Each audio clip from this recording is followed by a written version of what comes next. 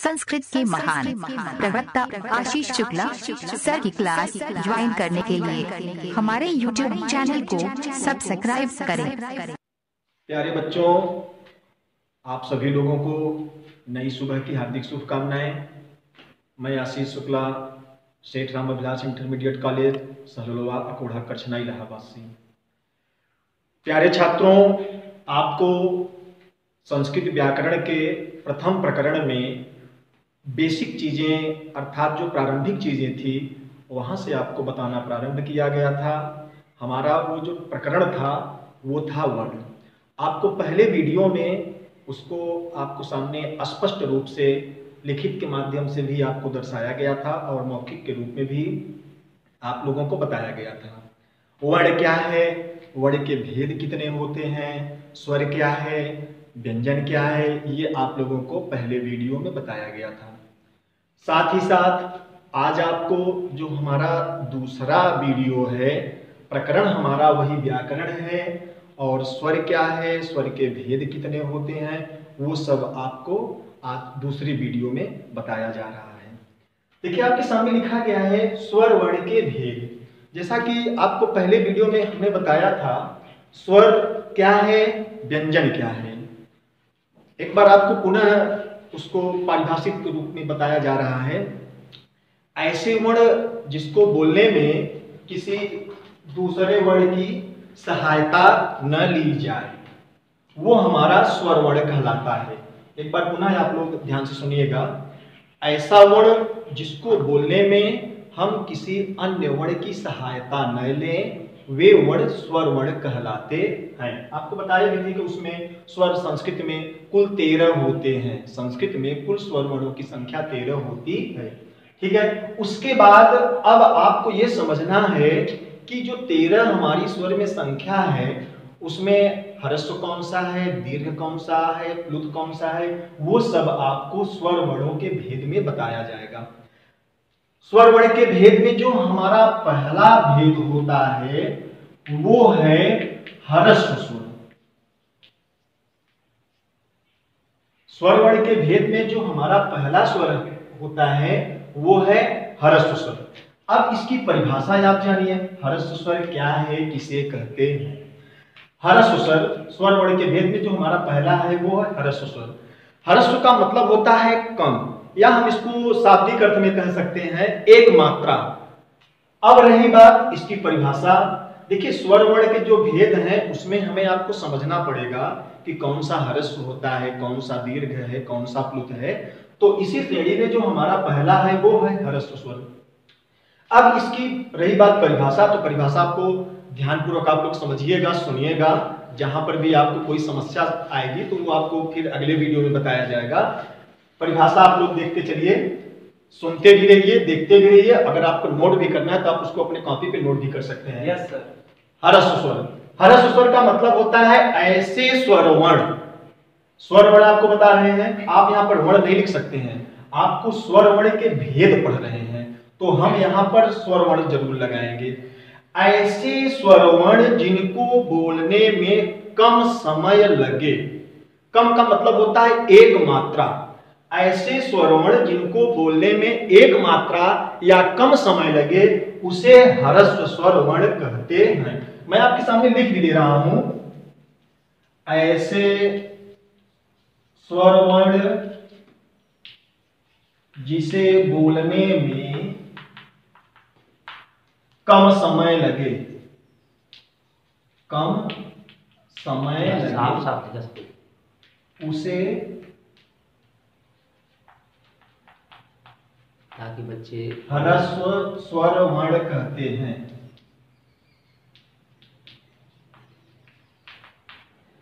देखिए, आपके सामने परिभाषा है ह्रस्व स्वर की, फिर से देख लीजिएगा। ऐसे स्वर वर्ण जिसे बोलने में कम समय लगे या एक मात्रा का समय लगे उसे ह्रस्व स्वर वर्ण कहते हैं। फिर से एक बार समझ लीजिएगा, ह्रस्व स्वर क्या है, परिभाषा आपको समझ लीजिए कि इसकी परिभाषा क्या होती है। आपसे अगर कोई पूछे तो आप उसकी परिभाषा आप देख करके बता भी सकें। ह्रस्व स्वर क्या होता है, ऐसे स्वर वर्ण जिसे बोलने में कम समय या एक मात्रा का समय लगे उसे ह्रस्व स्वर वर्ण कहते हैं। फिर उसके बाद अब हम आप कैसे जानेंगे कि ह्रस्व स्वर के उदाहरण कौन कौन होते हैं या किन स्वर वर्णों में कम समय लगता है या एक मात्रा का समय लगता है, ये आपको उदाहरण में हम बता रहे हैं। जैसे देखिए आपके सामने लिखा है ह्रस्व, उसके बाद आपके सामने जो परिभाषा लिखी गई है उसमें दिया गया है, आप लोग समझिएगा, कम समय लगे। ऐसे स्वर वर्ण जिससे बोलने में कम समय या एक मात्रा का समय लगे उसे ह्रस्व स्वर वर्ण कहते हैं। अब हमें आपको समझना पड़ेगा कि कौन कौन से ह्रस्व स्वर वर्ण हैं, उसकी संख्या क्या होती है, वो आपको उदाहरण के रूप में बताया जा रहा है। आप देखिए जैसे दिया गया है अ, अब आप कैसे जानेंगे कि अ जो है ह्रस्व है।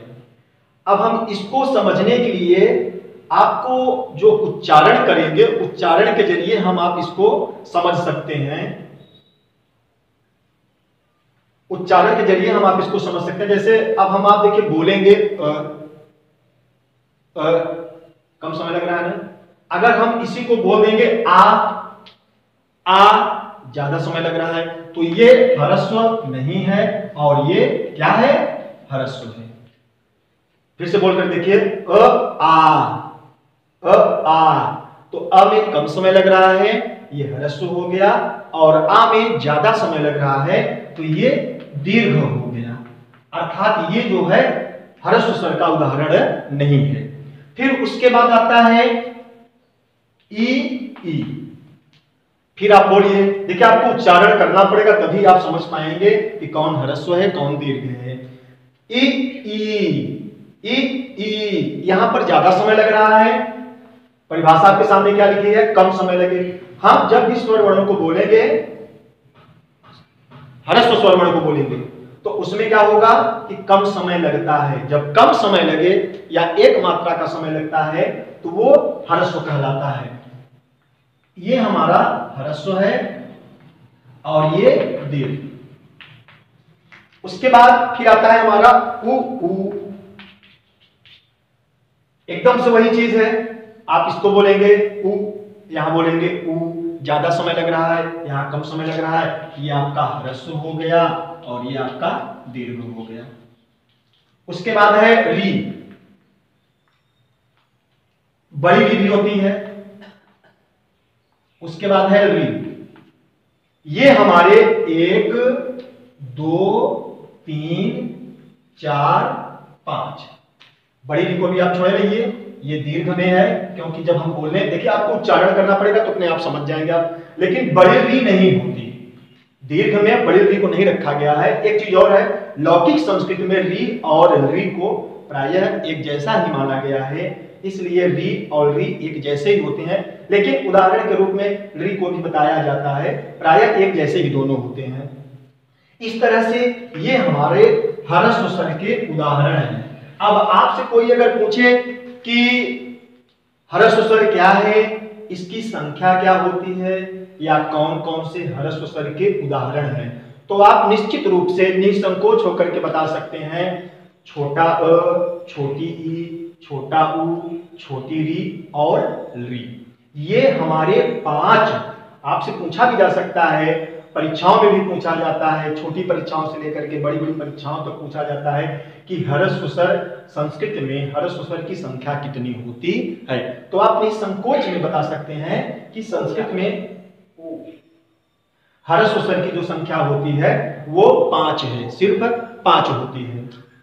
उसके बाद फिर आता है हमारा स्वर वर्ण के भेद में, जैसे आपने पहला पढ़ा ह्रस्व,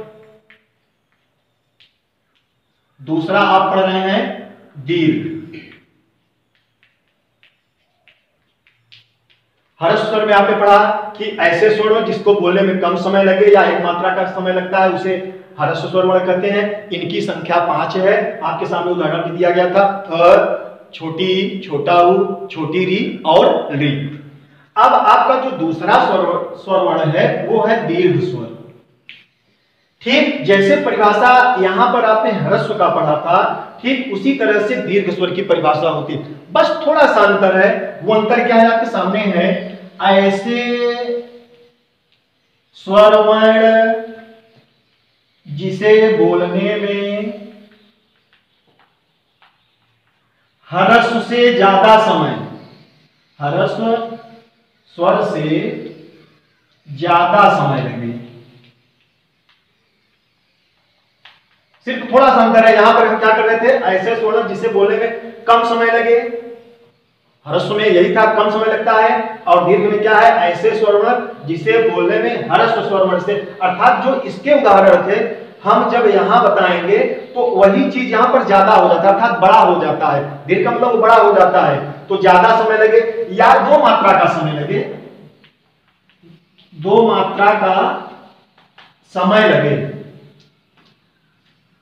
उसे दीर्घ स्वर वर्ण कहते हैं। देखिए अभी आप लोगों के मन में तमाम प्रकार के प्रश्न चल रहे होंगे, सर जी ए आई ओ और ये सब क्या है, वो आपको बता रहे हैं। ध्यानपूर्वक देखिएगा। देखिए आपके सामने परिभाषा दी गई है कि ऐसे स्वर वर्ण जिसे बोलने में ह्रस्व स्वर से ज्यादा समय लगे या दो मात्रा का समय लगे उसे दीर्घ स्वर वर्ण कहते हैं। जैसे अब आपको यह समझना पड़ेगा कि दीर्घ स्वर के उदाहरण कौन है। आप अपनी संकोच होकर के देखते रहिए, सुनते रहिए, आपको एक एक चीज बताया जाएगा। देखिए जैसे अभी हम आप स्वर के उदाहरण में पढ़ रहे थे, जैसे अ हम आप लोगों ने पढ़ा था, अ कम समय लगा तो ये क्या हो गया था, क्या हो गया था, ह्रस्व स्वर। अब देखिए आ, अंतर मिल रहा है, अ आ, अर्थात ह्रस्व स्वर से ज्यादा समय लग रहा है ना, इससे इसमें ज्यादा समय लग रहा है, तो ये हमारा हो गया दीर्घ, ये दीर्घ हो गया। और उसके बाद ई है बड़ी, ये हमारा हो गया दीर्घ। क्यों हो गया, क्योंकि इससे ज्यादा इसमें समय लग रहा है, ई ई, ये हमारा आपका दीर्घ हो गया। फिर वही चीज है, देखिए स्वर वर्ण में जैसे हम ह्रस्व पढ़े थे, जस्ट उसी का यहाँ पे परिभाषा थोड़ा सा बदला है बस। इसमें कम समय लगता है और इसमें ज्यादा। आप ऐसे भी समझ सकते हो, आपको ह्रस्व अगर आपको समझना हो तो आप ऐसे भी समझ सकते हो, ह्रस्व का मतलब कम होता है और दीर्घ का मतलब होता है बड़ा। ठीक, फिर इधर है उ उ। अब इसमें दीर्घ कौन होगा, आपके सामने ही आप अपने से बता सकते हो, बोल करके उच्चारण करके देख सकते हो। बिना उच्चारण के आप कभी भी वर्ण को आप बता नहीं सकते हो कि कौन ह्रस्व में है कौन दीर्घ में है। अब देखिए यहां पर उ है ना, ज्यादा समय लग रहा है, ये दीर्घ हो गया। उसके बाद री, फिर बड़ी री, वही चीज है, बड़ी री होती नहीं है, आपको बताया था बड़ी री नहीं होती है। ठीक है, और उसके बाद आता है ए, आई, ओ, औ। देखिए इसमें आपके सामने ये जो चार दिए गए हैं इसको संध्य वर्ण भी बोलते हैं, संध्य युक्त वर्ण बोलते हैं। क्यों बोलते हैं, क्योंकि ए जो है इसको संधि में, जब इसका प्रयोग प्राय हम आप संधि में करते हैं, ए ओ ये गुण संधि में आता है, ए और ओ ये गुण स्वर संधि का उदाहरण है, अय और औ जो है ये वृद्धि संधि में आता है, तो इसको संध्य वर्ण बोलते हैं। अच्छा संध्य वर्ण स्वर में क्यों बोलते हैं, क्योंकि अ धन ई से मिल करके बना ए। अच्छा संध्य क्यों बोलते हैं, क्योंकि दोनों स्वर, पहला भी स्वर वर्ण है और दूसरा भी, तो ये स्वर स्वर का मेल तो हो रहा है ना, तो स्वर और स्वर के मेल से होने पर यह संध्य वर्ण कहा गया है, अर्थात संधि युक्त संयुक्त स्वर के अंतर्गत जिसको हम आप कह सकते हैं कि अ और ई के योग से बनता है ए।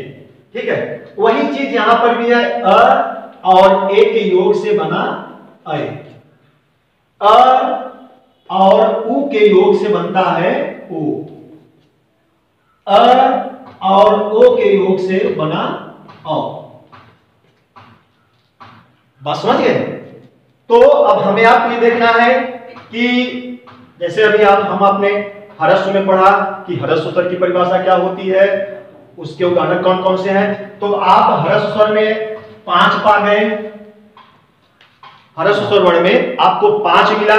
अब दीर्घ में आपसे कोई पूछ ले कि संस्कृत में दीर्घ स्वर की संख्या कितनी होती है, अब आप अपने से इसमें देख लीजिए कि एक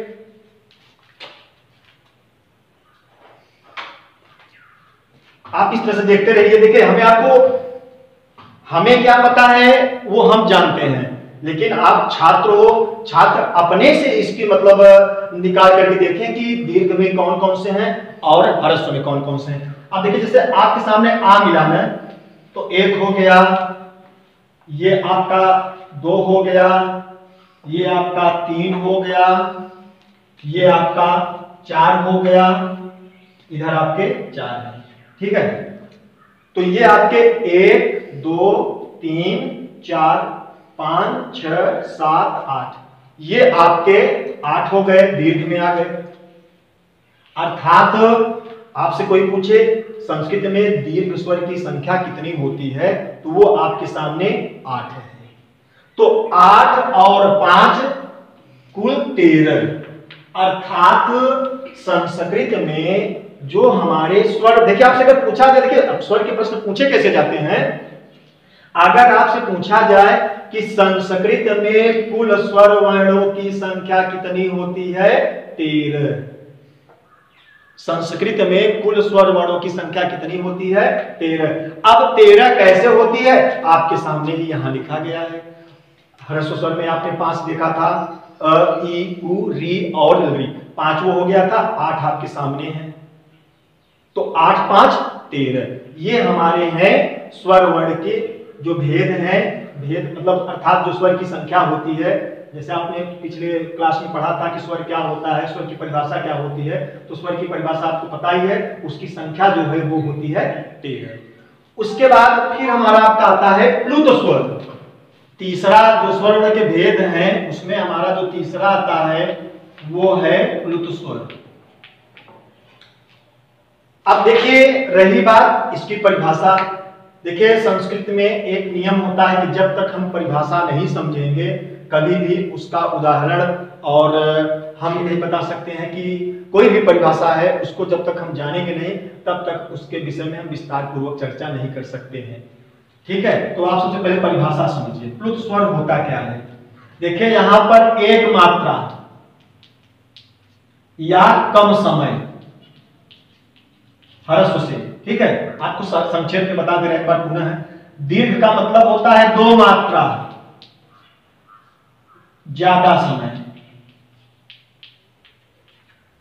प्लुत का मतलब होता है 3 मात्रा या त्रिमात्रा। अब आप कहोगे गुरुजी मात्राएं कितनी होती हैं, ठीक है, 3 गुना समय। प्रायः मात्राएं 2 ही हुआ करती है, छोटा और बड़ा। मात्राएं अगर आपसे कोई पूछे क्या होती है, तो मात्रा का मतलब ये होता है उच्चारण में जो समय लगता है, उच्चारण काल में जो समय लगे उसे क्या कहते हैं, मात्रा। मात्रा का मतलब ये होता है कि जब भी हम कोई वर्ण बोलते हैं तो उसमें जो समय लगता है वही मात्रा कहलाता है। अब इसमें हम आप समझेंगे गुरुजी 3 गुना मात्रा कैसे लगती है, तो आप इसको ध्यानपूर्वक बात को समझिएगा, अपने आप समझ जाएंगे कि प्लुत होता क्या है। देखिए चलिए परिभाषा पहले समझिए। जैसे आपके सामने ही देखिए संक्षेप में लिखा हो कि एक मात्रा या कम समय लगता है तो ह्रस्व कहलाता है, ज्यादा समय लगता है तो दीर्घ कहलाता है, और इन दोनों से ज्यादा अर्थात ह्रस्व और दीर्घ से ज्यादा समय जिन वर्णों के उच्चारण में लगे वो प्लुत स्वर कहलाता है। या ऐसे स्वर वर्ण जिसको बोलने में 3 मात्रा या ह्रस्व और दीर्घ से ज्यादा समय लगे वो कहलाता है प्लुत स्वर कहलाता है। संस्कृत में इसका प्रयोग प्रायः कम ही होता है। क्यों होता है, क्योंकि इसके जो उदाहरण होते हैं वो कम ही देखने को मिलते हैं, इसलिए इसका प्रयोग कम होता है। हमें आपको जानना चाहिए। देखिए जैसे आपने संस्कृत में पढ़ा होगा ओम। अब इसमें हमें आपको समझना पड़ेगा कि प्लुत है कहां, प्लुत लगता कहां पे है, कैसे हम पहचानेंगे कि प्लुत है कौन, ये हमें आपको समझना पड़ेगा। अच्छा आप समझेंगे ये कि गुरुजी आप ओम ही क्यों लिखे या अन्य कोई शब्द क्यों नहीं लिखे हैं, मैं आपके सामने लिख दे रहा हूं। आ बोलिए, ई बोलिए, उ बोलिए, कोई भी वर्ण अगर आप बोलेंगे आप देखेंगे कि पहले सबसे पहले देखिए हमें कम समय लग रहा है कि ज्यादा समय लग रहा है कि दोनों से ज्यादा समय लग रहा है। अब देखिए जैसे हम आप बोलते हैं प्रायः इसका प्रयोग हम आप संगीत में ज्यादा प्रयोग करते हैं। हम आप बोलते हैं जैसे कोई भी गीत होता है कि उसमें आ लगा रहे समय ना। अब आप देखिए आ हम केवल बोलेंगे, अगर आ हम बोल देंगे तो आ दीर्घ हो जाएगा। आ के बाद जो समय लगाते चला जा रहा है आ, ये सब प्लुत हो गया। ई प्लुत हो गया। ऊ संगीत में आप प्रायः गीत में आप घर पे टीवी देखते होंगे, न्यूज देखते होंगे या टेलीविजन देखते होंगे तो उसमें इसका प्रयोग किया जाता है।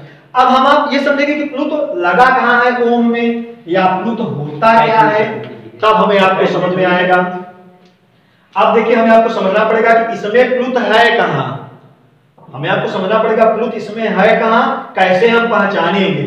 बहुत बढ़िया प्रश्न है कि प्लुत है कहां इसमें, कैसे हम पहचानेंगे। देखिए अभी आपको कहां होना, जैसे देखिए ओ हमने लिखा, केवल हमने चलो यहां पर ओ लिख दिया, केवल ओ लिख देंगे तो ये समझ में आ जाएगा कि यार ये तो गुरुजी भी दीर्घ में बता रहे थे, यहां प्लुत बता रहे हैं। लेकिन ऐसी बात नहीं है, आप समझिए मेरे इशारे को आप समझिएगा, केवल प्लुत होता कहां है। देखिए ओ के बाद जो हम समझ लगा इसको हम, अच्छा क्या आप बताइए क्या ओ में सही लिखा है? गलत है। क्यों गलत है? नियम के आधार पर ये गलत है। अब इसको हमको सही लिखना है। सही हम कब लिखेंगे? जब हम, देखिए हर भाषा का नियम होता है कि जब तक हम व्याकरण सही रूप से नहीं पढ़ेंगे तब तक उसका उच्चारण सही ढंग से नहीं कर सकते हैं। कोई भी, चाहे इंग्लिश हो, चाहे हिंदी हो, चाहे संस्कृत हो। अब देखिए जैसे ओम लिखा है, अब हमें आपसे अगर कहना पड़े क्या ये बच्चों ये सही है, तो हम ये गलत है, 100% ये गलत है। गलत क्यों है? क्योंकि प्रयोग, हम जो प्रयोग कर रहे हैं वो उसका प्रयोग यहां पर है ही नहीं, तो गलत तो होगा ही। अच्छा इसको सही कैसे करेंगे? अब ये सही हो गया। अच्छा सही क्यों हुआ? अब देखिए इसको हम, देखिए अभी तक इसको हम क्या पढ़ेंगे जो गलत है, केवल इसको हम पढ़ देंगे ओम ओम। अब इसको हम क्या पढ़ेंगे? ओम ओम। ओ के बाद जो समय लग रहा है, अर्थात ये जो ओ की मात्रा है, इसके बाद आप देखिए जो आपको बताया था समय लग रहा है कि नहीं, ओ, तो ये जो समय लग रहा है अर्थात इसको हम प्लुत नहीं कह सकते, ये प्लुत की पहचान नहीं है। ओ के बाद जो समय हम लगा देंगे, समय को इंगित कर रहा है, तो जितना ही समय आप लगाते चले जाएंगे वही हमारा प्लुत कहलाता है। और ये जरूरी नहीं है कि गुरुजी ओ के बाद ही लगता है, ये भी नहीं है। कोई भी स्वर वर्ण है, स्वर वर्ण के बाद जैसे आपको बताया ना आ लगा रहता है, आप लोगों ने देखा भी होगा किताबों में या किसी न्यूज़पेपर आप पढ़ते होंगे, पत्रिका पढ़ते होंगे, उपन्यास पढ़ते होंगे, जो भी पढ़ते हैं उसमें आप देखते होंगे इस तरह का निर्देश दिया रहता है, अर्थात वर्णों में, शब्दों में लगा रहता है। तो इसका कहने का मतलब ये प्लुत नहीं है। हम कहने का मतलब ये है कि जब भी हम कोई किसी भी स्वरवर्ण का उच्चारण करते हैं तो जो समय लगाते चले जाते हैं, जो समय लगता चला जाता है, वही क्या कहलाता है? प्लुत स्वर कहलाता है। तो प्यारे बच्चों, ये हमारा आज का जो दूसरा प्रकरण था वो था स्वर वर्ण के भेद। ह्रस्व स्वर क्या है, दीर्घ स्वर क्या है, प्लुत स्वर क्या है, ये आपके सामने है। अगर आपको ये वीडियो पसंद आया होगा तो सबसे बड़ा श्रेय हमारे विद्यालय के ही गणित के प्रवक्ता परीक्षित पांडे जी हैं। आपको जरूर यह वीडियो पसंद आया होगा। Thank you, good morning.